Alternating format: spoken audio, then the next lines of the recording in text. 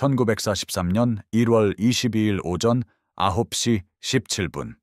존 조지 소위는 포인트 크루즈 서쪽에 있는 일본군 벙커의 폐허 속에 웅크리고 있었습니다. 그는 240야드 떨어진 반얀나무 한 그루를 지켜보고 있었습니다. 6주 동안 동료 장교들이 조롱했던 조중영을 통해서였습니다. 그는 27살이었고 일리노이주 챔피언이었습니다. 하지만 확인된 사살 기록은 전혀 없었습니다. 일본군은 포인트 크루즈 숲에서 11명의 저격수를 운용하고 있었습니다. 지난 72시간 동안 그들은 132 보병 연대원 14명을 살해했습니다. 조지의 지휘관은 그의 소총을 장난감이라고 불렀습니다. 다른 소대장들은 그것을 그의 우편 주문 애인이라고 불렀습니다. 테네시주 캠프 포레스트에서 라이먼 알래스칸 조중영과 그리핀 앤 하우 마운트가 장착된 윈체스터 모델 70을 풀었을 때 병기 담당자는 사슴 사냥용인지 독일군 사냥용인지 물었습니다. 조지는 일본군을 위한 것이라고 설명했습니다. 하지만 소총이 도착하기 전에 부대는 출정했습니다. 조지는 과달카날로 가는 항해 내내 다른 병사들이 자신들의 게런드 소총을 손질하는 것을 지켜봤습니다. 그동안 그의 무기는 일리노이주 한 창고에 보관되어 있었습니다. 그는 소총을 군사 우편으로 보내달라고 요청했습니다. 6주 후 1942년 12월 하순, 보급 상사는 그에게 취급주의라고 적힌 나무 상자를 건넸습니다. 그 안에는 이 년간의 주 방위군 급여를 모아 산 소총이 들어 있었습니다. 그 소총의 무게는 9파운드였습니다. 조중영은 12온스의 무게를 더했습니다. 그의 대대원 모두에게 지급된 게런드 소총은 배율 없이 9.5파운드였습니다. 조지의 소총은 볼트 액션 방식이며 5발을 장전할 수 있었습니다. 게런드 소총은 반자동 방식이며 8발을 장전할 수 있었습니다. 모리스 대위는 그에게 사냥용 소총을 전막에 두고 진짜 무기를 들고 다니라고 명령했습니다. 조지는 그럼에도 불구하고 그 소총을 가지고 다녔습니다. 132 보병연대는 1942년 12월 하순에 과달카날의 해병대를 교대했습니다. 해병대는 8월부터 싸우고 있었습니다. 그들은 핸더슨 비행장을 점령하여 사수했습니다. 하지만 오스틴 산을 점령하지 못했습니다. 또한 마타니카우강 서쪽 해안숲에서 일본군을 소탕하지도 못했습니다. 오스틴 산은 높이가 1514피트였습니다. 일본군은 그곳을 기후라고 불렀습니다. 500명의 병력과 47개의 벙커가 있었습니다. 조지의 대대는 12월 17일에 공격했습니다. 그들은 16일 동안 싸웠습니다. 그 결과 34명이 전사하고 279명이 부상당했습니다. 마침내 1월 2일에 서쪽 경사면을 점령했습니다. 그때까지 조지는 전투에서 그의 윈체스터 소총을 정확히 0번 발사했습니다. 포인트 크루즈 주변의 정글은 달랐습니다. 벙커도 고정된 진지도 없었습니다. 핸더슨 비행장에서 서쪽으로 퇴각한 일본군 병사들이 거대한 나무들 속에 숨어 있을 뿐이었습니다. 그 병사들 중 일부는 저격수였습니다. 그들은 아리사카 타입 98 소총에 조중영을 장착하고 있었습니다. 그들은 정글을 잘 알고 있었습니다. 그들은 기다리는 방법을 알고 있었습니다. 1월 19일 한 저격수가 가을에서 수통을 채우던 데이비스 상병을 사살했습니다. 1월 20일 또 다른 저격수가 순찰 중이던 L 중대원 2명을 사살했습니다. 1월 21일에는 3명이 더 사망했습니다. 그들 중 1명은 순찰대가 2번이나 지나쳤던 나무에서 목을 관통당했습니다. 그날 밤 대대장은 조지를 호출했습니다. 일본군 저격수들은 말라리아보다 더 빠르게 그의 부하들을 죽이고 있었습니다. 그는 사격에 능숙한 사람이 필요했습니다. 그는 그 우편 주문 소총이 정말로 무언가를 맞출 수 있는지 알고 싶었습니다. 조지는 자신의 경력을 설명했습니다. 1939년 1000야드 일리노이주 선수권 대회 우승이었습니다. 당시 23살로 주 역사상 최연소 우승자였습니다. 600야드 거리에서 6인치 이내의 집탄율을 보였습니다. 그것은 기계식 조중이로 쏜 것이었습니다. 라이먼 알래스칸 조중영을 사용하면 300야드에서 5발 모두 넷 인치 이내에 들어왔습니다. 지휘관은 그에게 아침까지 그것을 증명할 기회를 주었습니다. 조지는 밤새 소총을 점검했습니다. 윈체스터 소총은 해상 운송을 위해 코스몰린에 쌓여 있었습니다. 그는 다시 소총을 깨끗하게 닦았습니다. 그는 조중형 마운트도 확인했습니다. 그는 테네시에서 가져온 3006 구경 사냥용 탄약 5발을 장전했습니다. 그것은 게런드 소총이 사용하는 것과 같은 군용 탄약이었습니다. 1월 22일 새벽 조지는 사흘 전 그의 대대가 점령했던 일본군 벙커의 폐허 속으로 이동했습니다. 그 벙커에서는 포인트 크루즈 서쪽의 코코넛 숲이 내려다 보였습니다.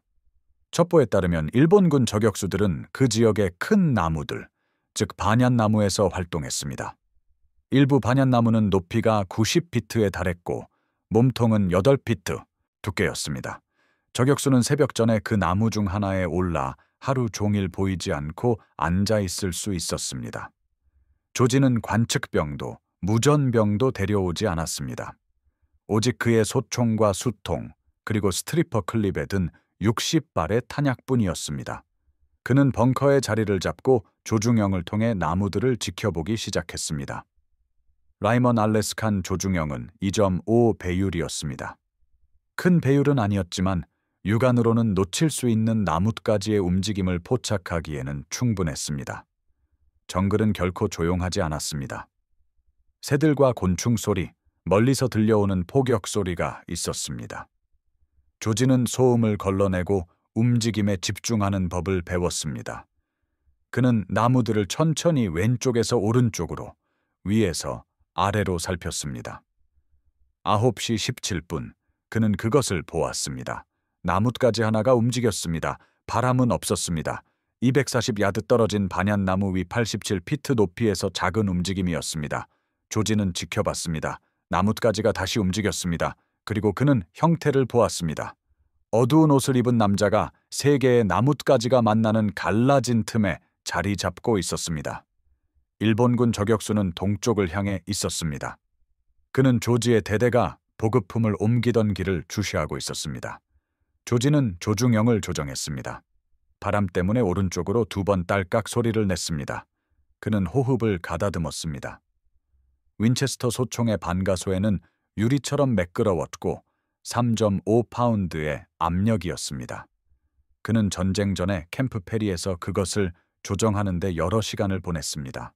이제 그는 민간 사격용 소총이 그를 먼저 죽이도록 훈련된 사람을 죽일 수 있는지 알아볼 참이었습니다. 조지는 반가쇠를 당겼습니다. 윈체스터 소총이 그의 어깨를 찼습니다. 총성은 정글을 가로질러 울려 퍼졌습니다. 240야드 떨어진 곳에서 일본군 저격수는 움찔하며 떨어졌습니다. 그는 나뭇가지 사이로 떨어졌습니다. 그의 몸은 90피트를 굴러 반얀나무 밑동 근처에 부딪혔습니다. 조지는 볼트를 작동시켰습니다. 빈 탄피가 튀어나왔습니다. 그는 다른 탄약을 약실에 넣었습니다. 그는 조중형을 나무에 고정하고 움직임을 기다렸습니다. 아무것도 없었습니다. 저격수의 동료가 가까이 있을 것이었습니다. 일본군 저격수들은 1명의 사수와 1명의 관측병으로 짝을 지어 활동했습니다. 만약 조지가 사수를 막 사살했다면 관측병은 그 나무나 근처 나무 어딘가에 있을 것이었습니다. 조지는 주변의 반얀나무들을 스캔했습니다. 조중형의 2.5 배율 때문에 그는 천천히 수색해야 했습니다. 각 나무는 여러 명의 병사를 숨길 수 있었습니다.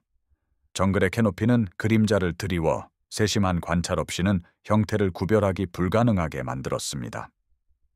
9시 43분, 그는 2번째 저격수를 발견했습니다. 첫 번째 나무에서 북쪽으로 60야드 떨어진 다른 나무였습니다. 이 저격수는 더 낮은 곳, 아마도 50피트 높이에 있었습니다. 일본군 병사는 나무 줄기를 따라 아래로 내려오며 후퇴하고 있었습니다. 그는 총소리를 듣고 자신의 위치가 노출되었음을 알았던 것입니다. 조지는 조준하고 움직임을 예상하여 발사했습니다. 2번째 저격수는 나무에서 뒤로 떨어졌습니다. 그의 소총은 그보다 먼저 나뭇가지 사이를 쿵 소리를 내며 떨어졌습니다. 둘 다 몇 초 간격으로 정글 바닥에 떨어졌습니다. 2발, 2명 사살. 조지는 스트리퍼 클립으로 윈체스터 소총을 재장전했습니다. 그의 손은 흔들리지 않았습니다. 그의 호흡은 통제되었습니다. 이것은 캠프페리에서 사격하는 것과 다르지 않았습니다. 다만 표적이 총을 쏜다는 점만 제외하면 말입니다. 11시 21분, 일본군 총알이 조지의 머리에서 6인치 떨어진 모래주머니를 강타했습니다. 충격으로 흙이 그의 얼굴에 튀었습니다. 그는 왼쪽으로 몸을 굴려 벙커 벽에 바싹 붙였습니다. 총성은 남서쪽에서 왔습니다. 처음 2명의 저격수와는 다른 방향이었습니다. 조지는 움직이기 전에 3분을 기다렸습니다. 그는 천천히 사격 위치로 돌아가 남서쪽의 나무들을 살폈습니다. 사수는 총을 쏜 후 이동했을 것입니다. 그것은 저격수의 기본적인 교리였습니다. 쏘고 나서 위치를 바꾸는 것이었습니다. 그러나 이렇게 밀림이 빽빽한 곳에서는 위치 변경 선택지가 제한적이었습니다. 11시 38분, 그는 그를 발견했습니다. 5그루의 반얀나무 숲에서 왼쪽에서 3번째 나무 73피트 위에 있었습니다. 일본군 저격수는 다른 나뭇가지로 자리를 바꿨지만 같은 나무에 머물러 있었습니다. 실수였습니다. 조지는 어두운 형체의 조준선을 맞추고 발사했습니다. 3번째 저격수는 소리 없이 떨어졌습니다. 전고가 되자 조지는 일본군 저격수 5명을 사살했습니다. 이 소식은 대대 전체에 퍼졌습니다. 그의 우편 주문 소총을 조롱했던 병사들은 이제 그가 일하는 것을 지켜봐도 되는지 물었습니다. 조지는 거절했습니다. 구경꾼들은 주의를 끌었고 주인은 사격을 불러왔습니다. 일본군 저격수들은 5번째 사살 이후 전술을 바꿨습니다. 그들은 낮 동안에는 움직임을 멈췄습니다. 조지는 오후 내내 나무들을 살폈지만 아무것도 보지 못했습니다. 16시에 그는 대대 본부로 돌아왔습니다. 모리스 대위가 기다리고 있었습니다. 그의 목소리에는 조롱의 기색이 사라져 있었습니다. 그는 조지가 새벽에 다시 진지로 돌아가기를 원했습니다. 1월 23일은 비로 시작되었습니다. 열대성 폭우는 정글 바닥을 진흙으로 만들었고 100야드 이상 떨어진 나무들을 보이지 않게 했습니다. 조지는 벙커에 앉아 날씨가 갤 때까지 기다렸습니다. 비는 8시 15분에 그쳤습니다. 8시 45분까지 작업을 할 수 있을 만큼의 시야가 돌아왔습니다. 조지는 9시 12분에 그날의 첫 저격수를 발견했습니다. 일본군 병사는 비가 오는 동안 위치를 잡기 위해 올라갔습니다. 영리한 행동이었습니다. 빗소리가 움직임을 감췄던 것입니다. 이 저격수는 290야드 떨어진 나무를 선택했습니다. 어제보다 더 먼 거리였습니다. 이것 또한 영리한 행동이었습니다. 그들은 조지의 능력을 파악하고 있었습니다. 조지는 거리를 보정하고 발사했습니다. 저격수가 떨어졌습니다. 6번째 사살은 조지가 예상치 못한 반응을 불러왔습니다. 9시 57분, 일본군 박격포가 그의 벙커 주변 지역을 타격하기 시작했습니다. 그들은 총구 섬광이나 소리를 기반으로 그의 위치를 삼각 측량했습니다. 첫 포탄은 40야드 못 미쳐 떨어졌습니다. 2번째 포격은 20야드 못 미쳐 떨어졌습니다. 3번째 포격은 벙커를 강타할 것이었습니다. 조지는 소총을 움켜쥐고 달렸습니다. 그는 수목선을 따라 북쪽으로 전력 질주하여 포탄 구덩이로 뛰어들었습니다. 3번째 포격이 덮치자 그가 불과 몇 분 전까지 점거했던 벙커는 폭발과 파편 속에 사라졌습니다. 그는 다른 위치로 이동했습니다. 파괴된 벙커에서 북쪽으로 120야드 떨어진 쓰러진 나무였습니다. 그 나무는 엄폐물과 숲에 대한 시야를 제공했습니다. 조지는 자리를 잡고 다시 감시를 시작했습니다. 일본군은 그날 오후 더 많은 저격수들을 보냈습니다. 그들은 조지가 자신들을 사냥하고 있다는 것을 알았습니다. 이제 그들은 조지를 역으로 사냥하고 있었습니다. 상황이 바뀌었습니다. 이것은 더 이상 표적 사격이 아니었습니다. 이것은 결투였습니다. 14시 23분 조지는 7번째 저격수를 사살했습니다. 15시 41분 그는 8번째 저격수를 사살했습니다. 이 저격수는 높이 올라갔습니다. 반얀나무 위 94피트 높이였습니다. 좋은 은폐였지만 햇빛의 각도가 변하면 그 높이가 하늘을 배경으로 실루엣을 만들었습니다. 17시 모리스 대위는 전령을 보내 조지를 불러왔습니다. 조지는 9시간 동안 자리를 지켰습니다. 모리스는 사살수를 원했습니다. 조지는 이틀 동안 확인된 사살 8명을 보고했습니다. 12발을 발사하여 8명을 사살하고 4발은 빗나갔습니다.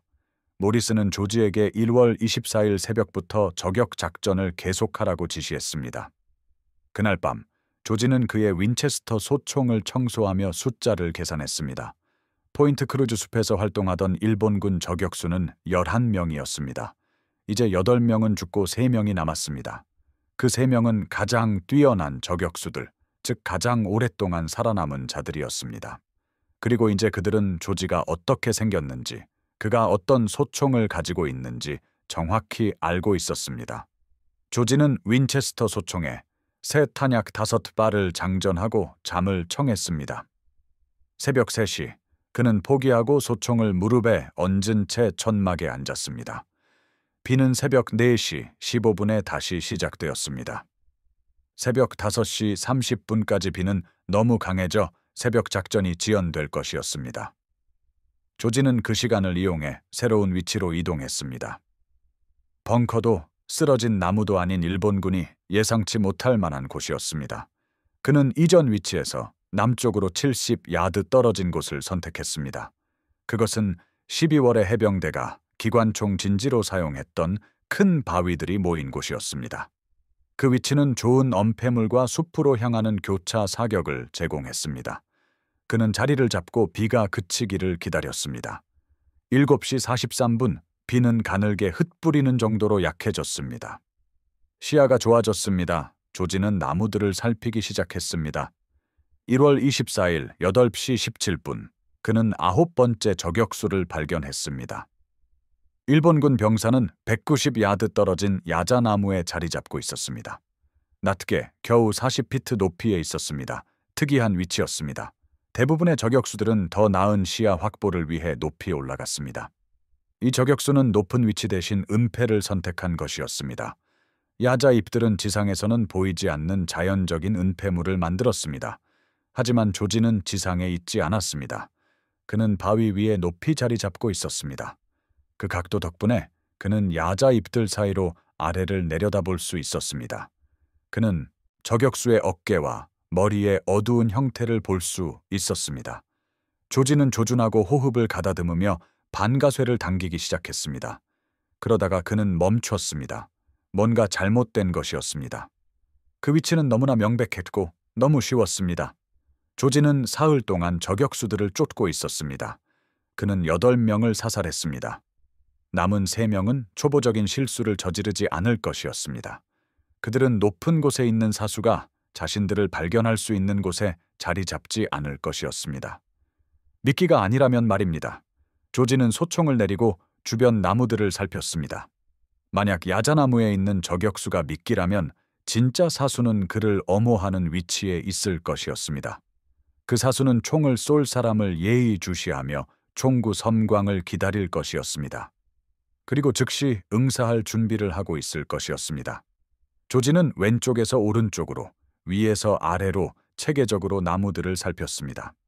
그는 야자나무에서 300야드 이내의 모든 나무를 확인했습니다. 이 작업에는 11분이 걸렸습니다. 8시 28분, 그는 진짜 위협을 찾아냈습니다. 야자나무에서 북서쪽으로 80야드 떨어진 반얀나무였습니다. 높이는 91피트에 달했습니다. 일본군 저격수는 완벽하게 은폐된 위치에 자리 잡고 있었습니다. 나뭇가지와 덩굴이 그를 세면에서 가리고 있었습니다. 그는 쓰러진 나무에 있던 조지의 이전 위치를 선명하게 볼 수 있었습니다. 그는 조지가 그곳에 나타나거나 야자나무의 미끼를 쏘기를 기다리고 있었습니다. 조지는 2가지 문제에 직면했습니다. 첫째, 진짜 저격수는 잘못된 위치를 주시하고 있었습니다. 만약 조지가 그를 향해 발사한다면 소리가 조지의 실제 위치를 드러낼 것이었습니다. 조지가 볼트를 조작하여 다음 탄을 장전하기 전에 저격수는 재빨리 위치를 옮길 것이었습니다. 둘째, 만약 조지가 아무것도 하지 않는다면 저격수는 결국 조지가 쓰러진 나무에 없다는 것을 깨닫고 그를 찾아 나설 것이었습니다. 조지는 미끼를 역이용하기로 결정했습니다. 그는 야자나무에 있는 미끼 저격수를 조준하고 바람을 감안하여 발사했습니다. 미끼 저격수는 몸을 움찔하더니 야자나무에서 떨어졌습니다. 조지는 즉시 소총을 91피트 높이의 반얀나무 쪽으로 돌렸습니다. 진짜 저격수는 총성에 반응할 것이었습니다. 그는 소리가 나는 쪽으로 몸을 돌릴 것이었습니다. 그 움직임이 노출을 만들 것이었습니다. 조지는 그것을 보았습니다. 미세한 움직임이었습니다. 저격수는 조지의 위치를 향해 자세를 바꾸고 있었습니다. 조지는 어두운 형상의 십자선을 맞추고 저격수가 완전히 돌아서기 전에 발사했습니다. 진짜 저격수는 쓰러졌습니다. 그의 소총도 그 뒤를 따라 굴러떨어졌습니다. 두 발의 사격, 두 명의 처치였습니다. 그러나 조지는 자신을 지켜보는 다른 누구에게든 자신의 위치를 노출시켰습니다. 그는 소총과 탄약을 움켜쥐고 달렸습니다. 그는 바위선을 따라 동쪽으로 이동하여 40야드 떨어진 배수로로 뛰어들었습니다. 그는 진흙 속으로 몸을 숨기고 기다렸습니다. 8시 34분, 일본군의 기관총 사격이 6초 전 그가 있던 바위들을 휩쓸었습니다. 총알들은 흙먼지와 돌 조각들을 튀어오르게 했습니다.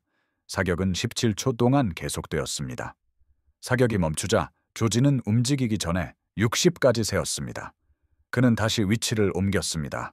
이번에는 동쪽으로 100야드 떨어진 곳에 있는 포탄 구덩이였습니다. 그곳은 빗물로 부분적으로 채워져 있었습니다. 조지는 가슴까지 차오른 물이 있는 포탄 구덩이에 몸을 숨겼습니다. 그는 윈체스터 소총을 구덩이 가장자리에 올려놓고 다시 나무들을 살폈습니다. 10명의 확인 사살, 이제 1명이 남았습니다. 11번째 저격수는 최고이자 가장 영리하며 가장 노련한 자일 것이었습니다. 그는 사흘 동안 10명의 전우들이 죽는 것을 지켜보았습니다. 그는 조지의 전술을 알고 있었습니다. 그는 조지의 소총을 알고 있었습니다.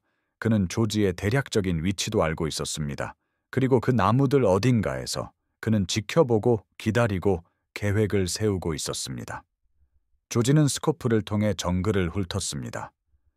라이먼 알래스칸 스코프의 확대 기능은 멀리 있는 형상들을 보이게 했지만 식별할 수는 없었습니다. 모든 어두운 점이 나뭇가지일 수도 사람일 수도 있었습니다. 조지는 각각을 신중하게 살펴보아야 했습니다. 9시 47분, 그는 자신의 실수를 깨달았습니다. 11번째 저격수는 나무 위에 있지 않았습니다. 그는 땅 위에 있었고 조지의 위치를 향해 움직이고 있었습니다. 조지는 시야의 가장자리에서 움직임을 보았습니다. 남쪽으로 60야드 떨어진 지면 가까운 곳이었습니다. 나무선과 나란히 덤불 속을 움직이는 형상이었습니다. 일본군 저격수는 정글 바닥의 식물들을 엄폐물로 이용하고 있었습니다. 고사리, 덩굴, 쓰러진 나뭇가지들이었습니다. 그는 바위 쪽에 있는 조지의 마지막 알려진 위치를 향해 기어오고 있었습니다. 조지는 물이 찬 포탄 구덩이에서 미동도 하지 않고 있었습니다. 윈체스터 소총은 이미 어깨에 짊어져 있었습니다. 그의 호흡은 조절되었지만 각도가 좋지 않았습니다. 구덩이 가장자리가 다가오는 저격수에 대한 그의 시야를 가로막았습니다. 조지는 분명한 사격을 위해 몸을 일으켜야 할 것이었습니다. 몸을 일으키는 것은 자신을 노출시키는 일이었습니다. 일본군 저격수는 9시 52분에 움직임을 멈췄습니다. 그는 바위에서 40야드 떨어진 위치에 도달했습니다. 조지는 스코프를 통해 그를 지켜보았습니다. 저격수는 바위들을 면밀히 살피며 움직임이나 목표물에 어떤 징후라도 찾고 있었습니다. 조지는 기다렸습니다. 인내심은 저격수 작업의 주요 기술이었습니다. 그것은 움직이지 않고 가만히 있을 수 있는 능력, 시간이 흐르도록 내버려두는 능력, 그리고 나쁜 사격을 강요하기보다는 적절한 순간을 기다리는 능력을 포함했습니다. 9시 58분, 일본군 저격수는 다시 움직이기 시작했습니다. 그는 앞으로 기어갔습니다. 바위에서 35야드, 30야드, 25야드까지 접근했습니다. 그는 남쪽에서 접근하고 있었습니다. 그곳은 조지가 기관총 사격 아래에서 대피할 때 사용했던 쪽이었습니다. 조지는 그 전술을 이해했습니다. 일본군 저격수는 기관총 공격을 지켜보았던 것입니다. 그는 조지가 바위에서 동쪽으로 이동했다는 것을 알고 있었습니다. 그는 이제 가장 유력한 탈출 경로를 따라 움직이며 조지가 자신을 사냥했던 방식으로 조지를 사냥하고 있었습니다. 10시 3분 일본군 저격수는 바위에 도달했습니다. 그는 기관총 진지로 이동하여 동쪽을 향해 자세를 잡았습니다. 배수로 쪽을 향하고 있었습니다. 그곳은 조지가 위치를 옮겼어야 할 지역이었습니다. 저격수는 물이 찬 구덩이에 있는 조지의 실제 위치에서 38야드 떨어져 있었지만 그는 잘못된 방향을 보고 있었습니다. 그의 등은 노출되어 있었습니다. 조지는 분명한 사격을 할 수 있었습니다. 정확히 몸의 중앙 38야드 거리였습니다. 스코프 없이도 쉬운 사격이었습니다. 그러나 조지는 망설였습니다. 이 저격수는 포인트 크루즈 숲에서의 열흘간의 미군 작전에서 살아남았습니다. 그는 다른 10명의 저격수들보다 오래 살아남았습니다. 그들은 실수를 저질러서 죽은 자들이었습니다. 이 남자는 실수를 저지르지 않을 것이었습니다. 바위 속 위치는 너무 노출되어 있었고 너무 취약했습니다. 어떤 노련한 저격수도 그곳에 몇 초 이상 머무르지 않을 것이었습니다. 이것은 또 다른 미끼, 또 다른 유인 위치임이 분명했습니다. 조지는 스코프를 바위에 있는 저격수에게 고정한 채 주변 지역으로 경계를 넓혔습니다. 이것이 미끼라면 진짜 위협은 그것을 엄호하는 위치에 있을 것이었습니다. 총을 쏘는 사람을 조준할 수 있는 시야를 가진 어딘가였습니다. 10시 6분, 조지는 그것을 찾아냈습니다. 바위에서 북서쪽으로 70야드 떨어진 곳, 쓰러진 나무 뒤편에 두 번째 일본군 병사가 있었습니다. 이 병사는 움직이지도 위치를 바꾸지도 않았습니다. 그저 지켜보고 기다리고 있었습니다. 그의 소총은 조지가 숨어 있었어야 할 배수로 쪽을 향하고 있었습니다. 2명의 남자, 1명이 아니었습니다. 11번째 저격수는 지원 병력을 데려왔던 것입니다. 아니면 이들이 마지막 두 저격수, 즉 10번째와 11번째가 함께 움직이고 있었을 수도 있었습니다. 조지는 결정을 내렸습니다. 그는 두 사람 모두가 반응하기 전에 모두를 쏠 수는 없었습니다. 볼트 액션 윈체스터 소총은 사격 사이에 볼트 액션을 조작해야 했습니다. 그것은 그들에게 조지를 찾아 응사할 시간을 주게 될 것이었습니다. 그는 다른 접근 방식이 필요했습니다. 조지는 천천히 몸을 물속으로 더 깊이 내렸습니다. 그는 눈과 머리 꼭대기만 수면 위에 남을 때까지 잠수했습니다. 그는 소총 총신에 물이 들어가지 않도록 윈체스터를 하늘 쪽으로 향하게 했습니다. 그리고 그는 기다렸습니다. 10시 13분, 바위에 있던 일본군 병사가 일어섰습니다. 그는 10분 동안 배수로를 지켜보았지만 아무것도 보지 못했습니다. 그는 조지가 더 동쪽으로 이동했다고 믿었습니다. 그는 몸을 돌려 쓰러진 나무 뒤편에 있는 동료에게 신호를 보냈습니다. 두 사람은 서로 나란히 동쪽으로 움직이기 시작했습니다. 그들은 70야드 간격으로 떨어져 있었습니다.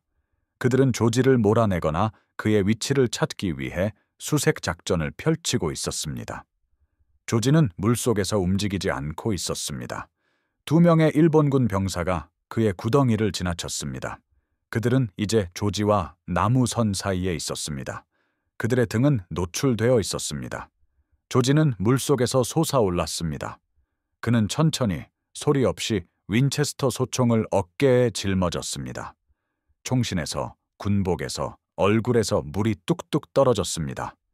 그는 더 가까이 있던 병사를 조준했습니다. 그는 바위에 있었던 병사로 이제 42야드 떨어져 있었습니다. 조지가 발사했습니다. 병사는 쓰러졌습니다. 조지는 볼트를 조작하고 다음 탄을 장전한 후 쓰러진 나무 뒤편의 두 번째 병사를 향해 소총을 돌렸습니다. 그 남자는 몸을 돌리며 소총을 올리고 있었습니다. 조지가 먼저 발사했습니다. 두 번째 병사도 쓰러졌습니다. 사흘 동안 11발이 발사되었습니다. 11명의 일본군 저격수들이 죽었습니다. 조지는 72시간 동안 14명의 미군을 죽였던 포인트 크루즈 숲의 위협을 제거했습니다. 그러나 조지가 포탄 구덩이에서 나와 사용한 탄피를 회수하려 할 때 그는 자신을 얼어붙게 만드는 소리를 들었습니다. 목소리였습니다. 나무선 쪽에서 들려오는 일본군 목소리였습니다. 여러 명의 병사들이 쓰러진 병사들 쪽으로 움직이고 있었습니다. 조지는 저격수들을 사살했지만 그 저격수들은 혼자 움직이지 않았던 것입니다. 조지는 다시 구덩이로 몸을 던졌습니다. 물은 차갑고 진흙투성이었습니다. 그는 눈만 수면 위에 남을 때까지 잠수했습니다. 그는 총신을 깨끗하게 유지하기 위해 윈체스터를 수직으로 세워들었습니다. 일본군 목소리가 점점 커졌습니다. 최소 6명, 어쩌면 그 이상이었습니다. 그들은 죽은 2명의 저격수 쪽으로 움직이고 있었습니다. 조지는 나뭇가지 부러지는 소리, 장비 흔들리는 소리를 들었습니다. 이들은 저격수가 아니었습니다. 보병들이었습니다. 시신을 수습하기 위해 파견된 순찰대나 수색대였습니다. 조지는 초를 세웠습니다. 목소리들은 그의 구덩이에서 42야드 떨어진 첫 번째 시신 위치에서 멈췄습니다. 그는 그들의 말을 이해하지 못했지만 충분히 선명하게 들을 수 있을 만큼 가까웠습니다. 그러고 나서 목소리들은 2번째 시신 쪽으로 이동했습니다. 더 많은 대화가 오갔고 긴급한 어조였습니다. 10시 28분, 목소리들은 다시 움직이기 시작했습니다. 그들은 나무선 쪽이 아니었습니다. 조지의 구덩이 쪽이었습니다. 그들은 조지의 흔적을 찾아냈던 것입니다. 바위에서 구덩이로 이어지는 진흙 속의 부추 자국들이었습니다. 조지는 소음과 움직임에 대해 조심했습니다. 그는 발자국에 대해서는 조심하지 못했습니다. 조지는 윈체스터 소총에 5발의 탄약을 가지고 있었습니다. 최소 6명의 일본군 병사들이었습니다. 볼트 액션 소총으로서는 불리한 확률이었습니다. 그는 자신의 선택지를 고려했습니다. 숨어서 그들이 지나가기를 바라거나 싸우는 것이었습니다. 목소리들이 점점 가까워졌습니다. 30야드, 25야드, 20야드였습니다. 10시 31분, 일본군 병사 1명이 구덩이, 가장자리에 나타났습니다. 그는 아래를 내려다보며 조지를 똑바로 보고 있었습니다. 그들의 눈이 마주쳤습니다. 조지는 물속에서 발사했습니다. 병사는 뒤로 넘어졌습니다. 조지는 여전히 물속에 잠긴 채 볼트를 조작하고 다음 탄을 장전한 후 몸을 일으켰습니다. 2명의 병사가 구덩이 가장자리에 더 있었습니다. 조지는 발사했고 볼트를 조작한 후 다시 발사했습니다. 2 병사 모두 쓰러졌습니다. 3발의 탄약이 남았습니다. 조지는 고함 소리를 들을 수 있었습니다. 더 많은 병사들이 그에게 다가오고 있었습니다. 그는 다가오는 목소리들을 피해 구덩이의 북쪽으로 기어 나왔습니다. 그는 20야드를 달린 후 쓰러진 나무 뒤로 몸을 숨겼습니다. 일본군 소총 사격이 정글을 찢었습니다. 총알들은 구덩이 주변과 쓰러진 나무 주변의 땅을 강타했습니다. 병사들은 확인된 목표물이 아닌 움직임과 소리를 향해 발사하고 있었습니다. 조지는 몸을 낮게 유지했습니다. 그는 스코프를 통해 주변 지역을 살폈습니다. 움직임을 보았습니다. 2명의 병사가 구덩이 쪽으로 50야드 전진하고 있었습니다. 조지는 선두 병사를 조준하고 발사했습니다. 그 병사는 쓰러졌습니다. 2번째 병사는 엄폐물로 몸을 던졌습니다. 2발의 탄약이 남았습니다. 조지는 뒤에서 더 많은 목소리를 들었습니다. 일본군은 측면 공격을 하고 있었습니다. 한 무리는 남쪽에서, 다른 한 무리는 동쪽에서 다가오고 있었습니다. 조지는 포위될 위기에 처했습니다. 그는 결정을 내렸습니다. 그는 볼트 액션 소총으로 반자동 무기를 든 여러 명의 병사들과 총격전에서 이길 수 없었습니다.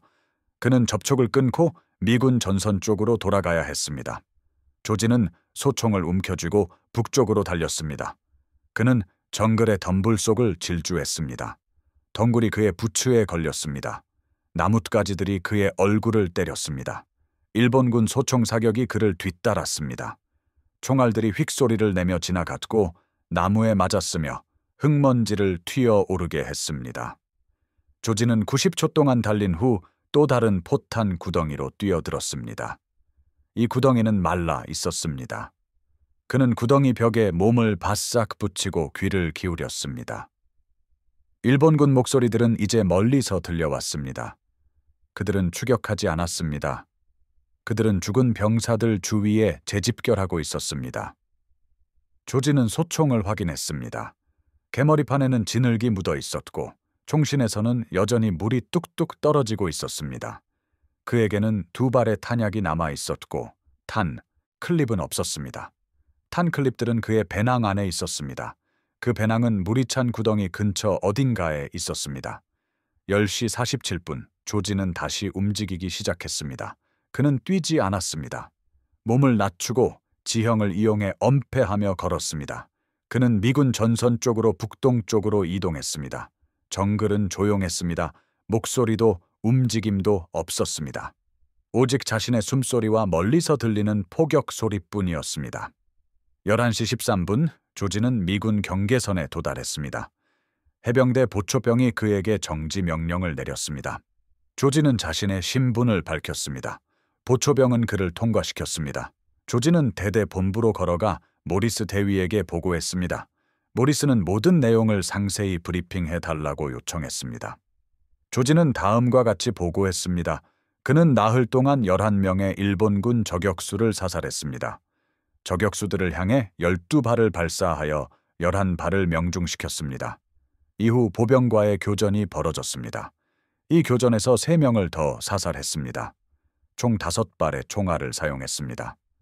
모리스는 탄약 상태에 대해 물었습니다. 조지에게는 2발의 탄약만 남아 있었습니다. 모리스는 소총에 대해 질문했습니다. 조지는 소총이 작동하지만 청소가 필요하다고 말했습니다. 작동 부위에 진흙이 있었습니다.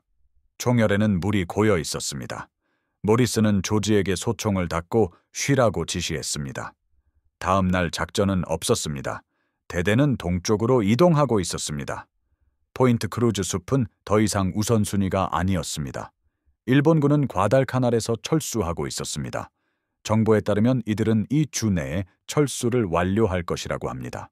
조지는 자신의 텐트로 돌아왔습니다. 그는 윈체스터 소총을 분해하고 2시간 동안 모든 부품을 청소했습니다. 방청류와 총기 오일을 사용했습니다. 총열의 헝겊 조각을 여러 번 통과시켜 깨끗하게 닦았습니다. 그는 스코프 마운트를 확인하고 아이 릴리프를 조정한 다음 새 탄약 5발을 장전했습니다. 오후 2시에 사단 본부에서 지시가 내려왔습니다. 대대장이 조지를 만나고 싶다는 내용이었습니다. 조지는 모리스가 보고서를 부정적으로 작성했는지 궁금해하며 본부로 걸어갔습니다. 승인받지 않은 교전이나 과도한 탄약 소비, 지원 없이 단독 작전을 펼친 내용 때문일까 생각했습니다. 대신 그는 모리스와 다른 2명의 장교가 기다리고 있는 것을 발견했습니다. 그들 중 한 명은 연대장인 페리 대령이었습니다. 페리는 한 가지 질문을 했습니다. 조지가 자신이 한 일을 다른 병사들에게 훈련시킬 수 있느냐는 것이었습니다. 조지는 노력해 볼 수 있지만 시간이 필요하다고 말했습니다. 또한 광학 장비가 장착된 소총과 이미 사격 능력이 있는 병사들이 필요하다고 덧붙였습니다. 페리는 사단의 우너틀 스코프가 장착된 14정의 스프링필드 소총이 있다고 말했습니다. 이 소총들은 해병대가 남겨둔 저격용 소총이었습니다. 페리는 또한 연대에서 배치 전부터 특등 사수로 인정받은 40명의 병사들을 보유하고 있었습니다. 페리는 조지가 저격 소대를 만들고 병사들을 훈련시키기를 원했습니다. 그는 전술을 개발하고 미군 작전 지역에 남아있는 일본군 저격수들을 제거해달라고 말했습니다. 조지는 이를 수락했지만 한 가지 조건을 내걸었습니다. 자신의 윈체스터 소총을 계속 가지고 있고 싶다는 것이었습니다. 페리는 그 요청을 승인했습니다. 조지는 자신의 윈체스터 모델 70를 계속 사용했습니다. 우너틀 스코프가 장착된 14정의 스프링필드 소총은 조지가 훈련할 병사들에게 지급되었습니다. 훈련은 1월 27일에 시작되었습니다. 조지는 핸더슨 비행장 동쪽으로 2마일 떨어진 임시 사격장에서 40명의 병사들을 모았습니다. 이 병사들은 서류상으로는 특등 사수였습니다. 그들은 500야드까지의 거리에서 개방형 조중이로 사격 자격을 얻었지만 그들 중 누구도 저격수로서의 전투 경험은 없었습니다. 그들 중 누구도 은폐한 상태에서 적을 사살한 적이 없었습니다. 조지는 호흡 조절, 반가소에 당기기, 바람 읽기 등 기본부터 가르쳤습니다. 우너틀 스코프가 장착된 스프링필드 소총은 11파운드의 무게가 나갔습니다. 이것은 게런드 소총이나 조지의 윈체스터 소총보다 무거웠습니다. 이 무게 덕분에 소총은 안정적이었지만 장시간 들고 있기는 피로했습니다. 조지는 병사들에게 사용 가능한 모든 지지대를 활용하는 방법을 가르쳤습니다. 바위, 통나무, 모래주머니 등이었습니다. 정글에서는 완벽한 사격 위치를 찾기 어려웠습니다. 저격수들은 지형에 적응하고 사용 가능한 모든 재료로 안정적인 거치대를 만들어야 했습니다. 사격장 훈련은 사흘 동안 진행되었습니다. 조지는 병사들에게 100야드에서 400야드 떨어진 고정 목표물을 쏘도록 했습니다. 이어서 움직이는 목표물과 식물에 부분적으로 가려진 목표물을 사격하게 했습니다. 1월 30일까지 40명 중 32명의 병사들이 야전 상황에서 300야드 거리의 사람 크기, 목표물을 꾸준히 맞출 수 있었습니다. 조지는 그들을 16개의 2인 1조 팀으로 나누었습니다. 사수와 관측수였습니다. 관측수는 쌍안경과 게런드 소총을 들고 다녔습니다. 그의 임무는 목표물을 찾아내고 사수가 교전하는 동안 보안을 제공하는 것이었습니다. 매번 사살 후에는 역할이 바뀔 수 있었습니다. 이를 통해 두 병사 모두 숙련도를 유지하고 한 명의 사수에게만 의존하여 발생하는 단일 실패 지점을 방지할 수 있었습니다. 2월 1일 조지는 4팀을 야전으로 이끌고 나갔습니다. 그들의 임무는 마타니카우 강 서쪽의 일본군 진지를 제거하는 것이었습니다. 정보에 따르면 소규모 일본군 병사들이 그 지역에서 여전히 활동하고 있었습니다. 이들은 저격수가 아니라 아직 철수하지 않은 보병 낙오자들이었습니다. 4팀은 새벽에 위치를 잡았습니다. 조지는 헤이즈 상병이라는 관측수와 짝을 이루었습니다. 그들은 일본군이 보급로로 사용하던 길을 내려다보는 고지대에 자리 잡았습니다. 오전 7시 20분에 한 명의 일본군 병사가 길에 나타났습니다. 헤이즈는 쌍안경으로 목표물을 확인했습니다. 조지가 발사했습니다. 병사는 쓰러졌습니다. 조지는 놀이쇠를 작동시키고 추가 목표물을 찾았습니다. 아무도 나타나지 않았습니다. 다음 6시간 동안 조지의 팀은 그 길에서 7명의 일본군 병사들과 더 교전했습니다. 7발을 발사하여 바람 때문에 한 번 빗나갔지만 6명을 사살했습니다. 다른 3팀도 비슷한 결과를 보고했습니다. 그날 총 23명의 일본군 병사들이 사살되었습니다. 미군 사상자는 없었습니다. 저격 소대는 2월 초까지 작전을 계속했습니다. 2월 9일까지 소대는 74명의 일본군 병사들을 사살했습니다. 이 숫자는 보수적으로 집계된 것이었습니다. 시신을 확인할 수 있는 확인된 사살만 포함한 것이었습니다.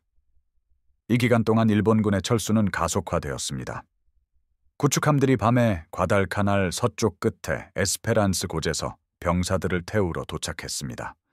미군은 철수를 저지하기 위해 서쪽으로 진격했지만 일본군은 효과적인 후위 방어 작전을 펼쳤습니다. 조지의 저격소대는 퇴강로를 엄호하는 일본군 병사들을 제거하는 임무를 맡았습니다. 2월 7일 조지는 테남바 강 근처에서 작전 중이었을 때 일본군 소총수에게 총을 맞았습니다. 총알은 조지의 왼쪽 어깨에 맞았습니다. 충격으로 그는 몸을 돌리고 쓰러졌습니다. 헤이즈는 조지를 엄폐물로 끌어당기고 위생병을 불렀습니다. 부상은 심각했지만 치명적이지는 않았습니다. 총알은 뼈나 주요 혈관을 건드리지 않고 근육을 관통했습니다. 조지는 핸더슨 비행장 근처의 야전 병원으로 후송되었습니다. 의사들은 상처를 소독하고 봉합했습니다. 그들은 조지에게 회복될 것이지만 휴식이 필요하다고 말했습니다. 최소한 3주 동안은 전투작전이 불가능했습니다. 조지는 야전 병원에서 2주 동안 보냈습니다. 그 시간 동안 일본군은 과달카날에서 철수를 완료했습니다. 2월 9일 미군은 에스페란스 고제에 도착했지만 그곳은 비어 있었습니다. 작전은 끝났습니다. 조지의 저격소대는 12일 동안 작전을 수행했습니다. 저격작전 중 확인된 사살은 74명이었고 아군 사상자는 없었습니다. 소대는 사단 본부로부터 공식적으로 인정받았습니다. 페리 대령은 조지에게 동성 훈장을 추천했습니다. 그러나 조지의 전쟁은 끝나지 않았습니다. 그가 야전 병원에서 회복하는 동안 태평양 사령부에서 명령이 내려왔습니다. 육군은 범에서의 새로운 임무를 위해 경험 많은 전투 장교들이 필요했습니다. 이는 기밀 작전이었습니다. 조지는 자원했습니다. 3월까지 조지는 태평양을 가로질러 서쪽으로 향하는 수송선에 타고 있었습니다. 그의 윈체스터 모델 17은 화물칸의 방수 케이스에 포장되어 있었습니다. 라이먼 알래스칸 스코프는 기름 묻은 천에 쌓여 있었습니다. 조지는 버마 임무의 세부 사항을 알지 못했습니다. 그는 단지 그것이 정글전과 장거리 정찰, 그리고 일본군 전선 후방에서의 작전을 포함한다는 것만 알고 있었습니다. 600야드 거리의 목표물을 맞출 수 있는 소총을 가진 병사가 유용할 수 있는 그런 종류의 임무였습니다. 수송선은 4월 3일에 인도에 도착했습니다. 조지와 200명의 다른 장교들은 그들의 임무에 대해 브리핑을 받았습니다. 그들은 새로운 부대에 합류할 예정이었습니다. 총 3,000명 규모의 부대였습니다. 이 부대는 아직 공식 명칭이 없었습니다. 병사들은 스스로를 다른 이름으로 불렀습니다. 그들은 스스로를 메릴의 마라우더스라고 불렀습니다. 저1307 혼성 부대는 1943년 5월 28일에 공식적으로 지정되었습니다. 그러나 병사들은 4월부터 훈련을 받아왔습니다. 장거리 침투 전술, 정글 생존, 보급선 없는 작전 등이었습니다. 이 부대는 영국 오드 윙게이트 준장의 친디트 부대를 모델로 삼았습니다. 친디트 부대는 적진 깊숙한 곳에서 장기간 작전할 수 있는 소규모 기동 부대였습니다. 조지는 이 대대에 배정되었습니다. 그의 역할은 공식적으로 저격수로 등재되지 않았습니다. 육군은 조직표에 공식적인 저격수 직책을 두지 않았습니다. 조지는 소총 소대장으로 지정되었습니다. 그러나 페리 대령의 추천은 과달카날에서부터 그를 따라왔습니다. 대대 지휘부는 조지가 소총으로 무엇을 할 수 있는지 알고 있었습니다. 훈련은 인도 중부에서 이루어졌습니다. 지형은 과달카날과 달랐지만 원칙은 동일했습니다. 더위, 습도, 빽빽한 식물, 제한된 시야였습니다. 버마 정글은 더 심할 것이었습니다. 더 가파른 지형, 더 많은 비, 그리고 미군보다 지형을 더 잘 아는 적군이 있었습니다. 조지는 버마 임무를 위해 장비를 개조했습니다. 윈체스터 모델 17은 과달카날에서 잘 작동했지만 그것은 정기적인 보급이 있는 단거리 작전이었습니다. 버마에서는 수백 마일을 정글을 통과하는 몇 주간의 정찰이 포함될 것이었습니다. 모든 무게가 중요했습니다. 조지는 라이먼 알래스칸 스코프를 제거하고 더 가벼운 위버 330 스코프로 교체했습니다. 위버 스코프는 동일한 2.5 배율을 가졌지만 8온스 더 가벼웠습니다. 그는 또한 나무 개머리판을 더 가벼운 합성 개머리판으로 교체했습니다. 이 개조로 소총의 무게는 9파운드 12온스에서 8파운드 14온스로 줄었습니다. 큰 차이는 아니었지만 60파운드의 장비를 휴대하고 이 주간의 정찰을 하는 동안 모든 온스가 중요했습니다. 마라우더스 부대는 1944년 2월에 버마에 진입했습니다. 그들의 임무는 버마 북부를 통과하여 미치나 비행장을 점령하는 것이었습니다. 이 비행장은 중국으로 가는 연합군의 보급로에 매우 중요했습니다. 일본군은 약 4,000명의 병력으로 이 지역을 통제하고 있었습니다. 마라우더스 부대는 일본군이 대규모 병력에게 통행 불가능하다고 여겼던 지형을 육로로 접근할 것이었습니다. 산, 강, 빽빽한 정글, 도로 없음, 제한된 길 등이었습니다. 부대는 모든 보급품을 등에 지거나 짐 나르는 노새를 이용하여 운반했습니다. 차량 수송이나 포병 지원은 없었습니다.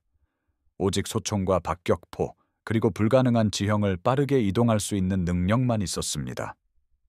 조지의 대대는 2월 24일에 행군을 시작했습니다. 첫 일주일 동안 산악 정글을 83마일 이동했습니다. 병사들은 탈진으로 쓰러졌습니다. 말라리아 환자가 매일 증가했습니다. 짐 나르는 노새들은 지형에서 고군분투했습니다. 여러 마리는 가파른 내리막길에서 다리가 부러져 사살해야 했습니다. 3월까지 대대는 217마일을 이동했습니다. 그들은 12번 일본군과 교전했습니다. 작은 소규모 교전, 매복, 빠른 총격전 후 신속한 철수 등이었습니다. 마라우더스 부대는 영토를 점령하기 위한 것이 아니었습니다. 그들은 이동하고 괴롭히고 보급선을 끊고 일본군 진지 후방에 혼란을 일으키기 위한 것이었습니다. 조지는 행군 중에 자신의 윈체스터 소총을 3번 사용했습니다. 한 번은 강을 건너는 병사들을 지휘하는 일본군 장교를 412야드 거리에서 사격했습니다. 한 번은 기관총 진지를 380야드 거리에서 사격했습니다. 한 번은 마라우더스 순찰대를 움직이지 못하게 했던 저격수를 290야드 거리에서 사격했습니다. 3발 발사, 3명 사살이었습니다. 조지는 교전당 1발 이상 발사한 적이 없었습니다. 윈체스터 소총의 발사음은 독특했고 게런드 소총의 날카로운 파열음과는 달랐습니다. 한 발의 총성으로 자신의 존재를 알렸습니다. 두 번째 총성은 일본군에게 그를 찾을 시간을 줄 것이었습니다. 조지는 즉시 쏘고 움직이는 법을 배웠습니다. 미치나까지의 행군은 석 달이 걸렸습니다. 5월 말까지 마라우더스 부대는 700마일 이상을 이동했습니다. 그들은 전투보다 질병으로 더 많은 병력을 잃었습니다. 말라리아, 이질, 발진 티푸스 등이었습니다. 범해 3,000명의 병력으로 진입했던 부대는 1,300명 미만의 가용 병력으로 줄었습니다. 5월 17일 마라우더스 부대는 미치나 비행장을 점령했습니다. 작전은 성공적이었지만 그 대가는 혹독했습니다. 부대는 너무 많은 사상자와 환자, 그리고 휴식이나 적절한 의료 조치 없이 정글에서 너무 많은 시간을 보낸 탓에 전투력을 상실했습니다. 조지는 버마 작전에서 살아남았습니다. 그의 윈체스터 소총도 살아남았습니다. 그러나 과달카날에서 매우 효과적이었던 그 소총은 석 달간의 작전에서 고작 7번만 사용되었습니다. 마라우더스 부대는 스코프가 장착된 소총을 필요로 하는 장거리 정밀 사격을 거의 하지 않았습니다. 대부분의 전투는 50야드 이내의 근거리 매복이었습니다. 빽빽한 식물 속에서 30피트 앞도 제대로 볼 수 없는 총격전이었습니다. 조지는 버마에서 보낸 석 달 동안 무언가를 깨달았습니다. 윈체스터 모델 70는 훌륭한 소총이었고 아마도 역사상 최고의 볼트 액션, 스포츠용 소총이었을 것입니다. 그러나 현대전은 변하고 있었습니다. 게런드와 같은 반자동 소총이 표준이 되고 있었습니다. 다음 전쟁에서는 다른 무기, 다른 전술이 필요할 것이었습니다. 그러나 조지에게는 다음 전쟁이 없을 것이었습니다. 적어도 당장은 아니었습니다. 1944년 6월까지 그는 나머지 마라우더스 대원들과 함께 버마에서 대피했습니다. 그 부대는 해체되었습니다. 조지는 미국에서의 훈련 임무에 재배치되었습니다. 그는 다시는 전투에서 그의 윈체스터 소총을 발사하지 않았습니다. 조지는 1944년 7월에 미국으로 돌아왔습니다. 육군은 그를 대위로 진급시키고 조지아주의 포트 베닝그로 발령했습니다. 그의 임무는 보병 장교들에게 사격술과 소규모 부대 전술을 훈련하는 것이었습니다. 그는 과달카날과 버마에서 배운 교훈들을 가르쳤습니다. 이 교훈들에는 정글 지형을 이동하는 방법이 포함되었습니다. 그는 또한 멀리 있는 표적을 식별하고 교전하는 방법을 가르쳤습니다. 게다가 보급선 없이 독립적으로 작전하는 방법도 보여주었습니다. 그는 그의 윈체스터 모델 70 소총을 계속 보관했습니다. 이 소총은 일리노이에서 테네시, 과달카날, 인도, 버마를 거쳐 조지아까지 이동했습니다. 확인된 교전에서 적군 최소 14명을 사살했습니다. 아마도 그 이상이었을 것입니다. 조지는 버마 이후로는 더 이상 세지 않았습니다. 그 소총은 포트 베닝 숙소의 사물함에 놓여 있었습니다. 조지는 그 소총을 거의 보지 않았습니다. 전쟁은 변했습니다. 태평양의 섬들은 하나씩 수복되고 있었습니다. 미군은 프랑스를 거쳐 독일로 진격하고 있었습니다. 개인 소유 소총을 가진 개별 명사수들의 필요성은 사라지고 있었습니다. 군대는 표준화되고 있었습니다. 이는 대량 생산과 호환 부품을 포함했습니다. 병사들은 이제 동일한 장비와 동일한 훈련을 받았습니다. 조지는 그 필요성을 이해했습니다. 현대전은 산업적 규모를 요구했습니다. 그러나 무언가가 사라지고 있었습니다. 이는 개인의 기술과 장인의 병사 접근 방식을 포함했습니다. 올바른 소총과 훈련을 받은 한 사람이 전투의 결과를 바꿀 수 있다는 생각 또한 희미해지고 있었습니다. 조지는 1947년 1월에 육군에서 전역했습니다. 그의 최종 계급은 중령이었습니다. 그는 동성 훈장 2개, 퍼플 하트 훈장 1, 전투 보병 휘장을 받았습니다. 그는 일리노이로 돌아와 GI 법안으로 일리노이 대학교에 입학했습니다. 그는 정치학을 공부하고 1950년에 최우등으로 졸업했습니다. 졸업 후 조지는 옥스포드에서 4년을 보냈습니다.